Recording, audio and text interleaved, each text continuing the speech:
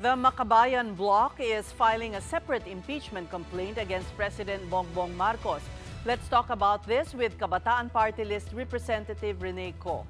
Good evening, Congresswoman, and welcome to The Big Story. Good evening, ladies. Thank you very much for inviting us to your program, and it's always a pleasure to be able to answer questions of importance to the nation. Well, first of all, are you of the same belief as Congressman Erice and perhaps the President's sister, Senator Amy Marcos, that this complaint that's just been filed, that was filed yesterday, is meant to shield the President from other impeachment complaints? Di-review natin yung complaint, no? Only 15 pages and only 40 paragraphs. And ang naaalala natin dito ay ang tactics ni Lozano, kung saan paulit-ulit na ifa-file ang isang basurang impeachment complaint just to trigger the one-year bar rule and therefore protecting an impeachable official from a process of accountability na nariyan naman sa konstitusyon at dapat na sineseryoso ng taong bayan, ng mga opisyales para ma-hold accountable sa mga kung anumang offenses ang nakikita nating guilty or itatrial kung guilty tong person na to of these offenses. This is also what's happening here.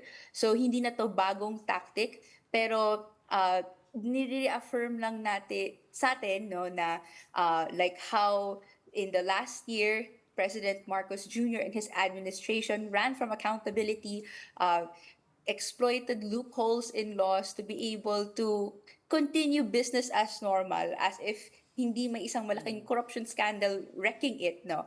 It's also the same footing for this year. Okay, but this hastens the timeline for you, meaning you have to file, you have to complete your complaint, if indeed you are. When do you intend to file? We are aware, no, that the session will resume on Monday, January 26. So on our part ay hindi natin minamadali para lang humabol, pero gusto nating komprehensibo at lahat ng ebidensya na meron tayo ay makita ng taong bayan para ma-appreciate yung gravity ng impeachable offense that President Marcos Jr. has for the past year, no, ay nakita nating possibly guilty of. And for us, no doubt, may grounds for impeachment kay President Marcos Jr. So we're going over the whole complaint with legal, and yes, we are hastening it up dahil may awareness tayo sa timeline. So yung timeline ay paano ba? Kasi just a mere filing doesn't initiate the complaint. However, kailangan pagsamahin ang mga complaints na final. So, sa tingin mo, kailan yung dapat na deadline para sa inyo? Para ma-consolidate siya sa nauna ng na-file? Tama, no? I'm sure na maraming mga mambabatas ay andyan din, may gustong i-endorse kung may interested mga taong bayan na mag-file ng complaint. Key yung Monday. Monday is January 26. That will be the first plenary session for the regular session of Congress. And lahat ng mga final, whether it be bills, resolutions, or impeachment complaints, doon po isasalang for proper referral to the committee. Okay. So kung gusto sa Monday ay mabasa yan lahat, this week dapat ay ma-file na yan, no? And mindful tayo sa Friday, wala pong pasok ang House of Representatives. No, hindi natin gustong gayahin yung error na ginawa ni ng Duterte Youth, no, yung dating NYC Chair Ronald Cardema na nag-file ng impeachment complaint last year no Friday, and nalaman sarado ang House of Representatives. Okay. So yan, ilang days na lang, no, for this week. Okay, Congresswoman Rene, nagtataka lang ako and I want to know if you were aware or were you caught off guard as a Makabayan Bloc, no, by this first complaint kasi member din ng minority yung nag-support dito sa filer. honestly, yes, I wasn't expecting na may magfa-file ng Monday.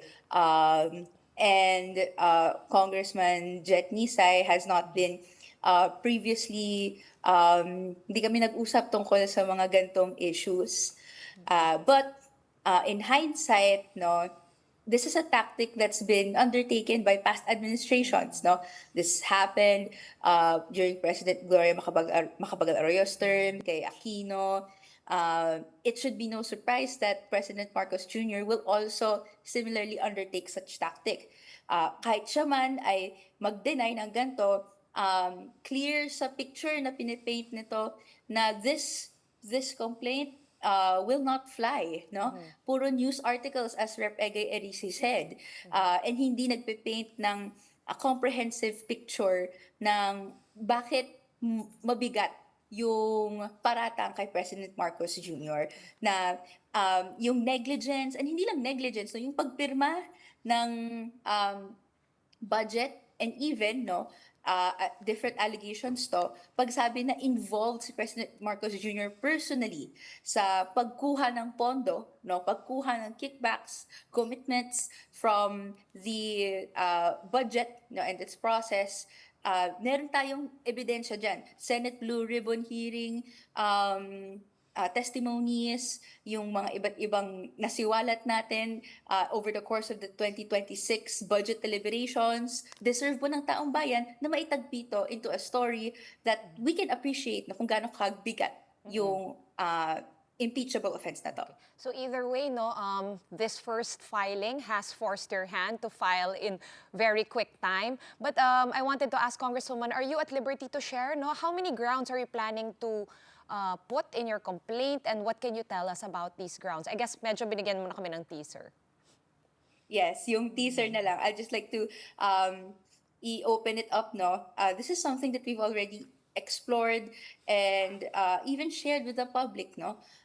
Of course, from now until ilang days, baka magbago, pero betrayal of public trust is a very heavy ground that we see, no? And why wouldn't it happen?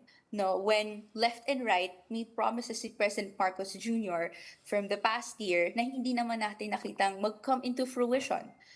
For example, yung pag-hold accountable ng big fish sa kanilang pagkasangkot sa korupsyon, sa flood control projects. Nandyan din yung nakikita nating pagpirma at pag-go signal ng unprogrammed appropriations. Even if for this year may attempt to curb it down, hindi po escaped yung past years na pinirmahan yan, and according to the rules kung paano siya aprobahan, dapat may go signal ni President Marcos Jr. himself na the Supreme Court has declared unconstitutional because may pondo from PhilHealth na may move around to accommodate the projects in unprogrammed appropriations.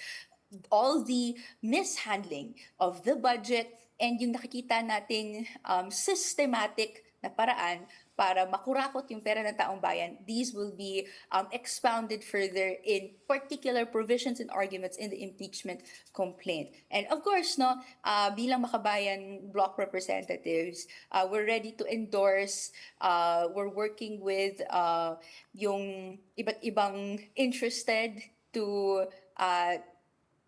be able to come up, no, with yung comprehensive picture na to. So let's look forward to the next few days.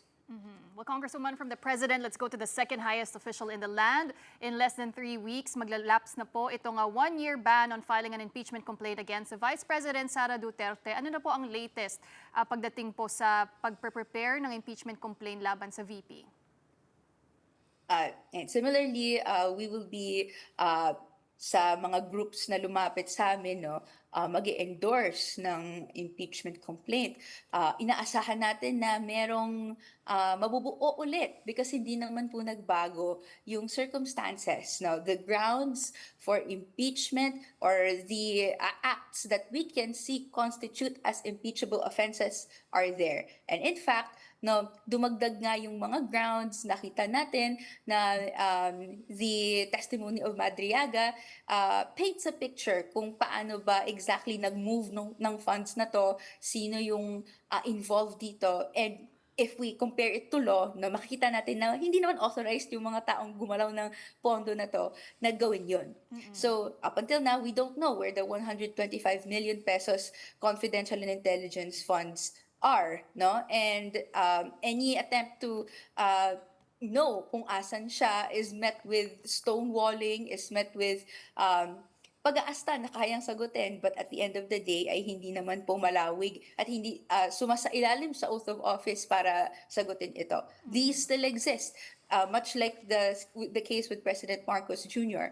And the whole business of us, of Taong Bayan, na ginagawa to is because we have high expectations for the highest public officials. If there are accountability holes sa ginagawa nila, kailangan silang panagutin.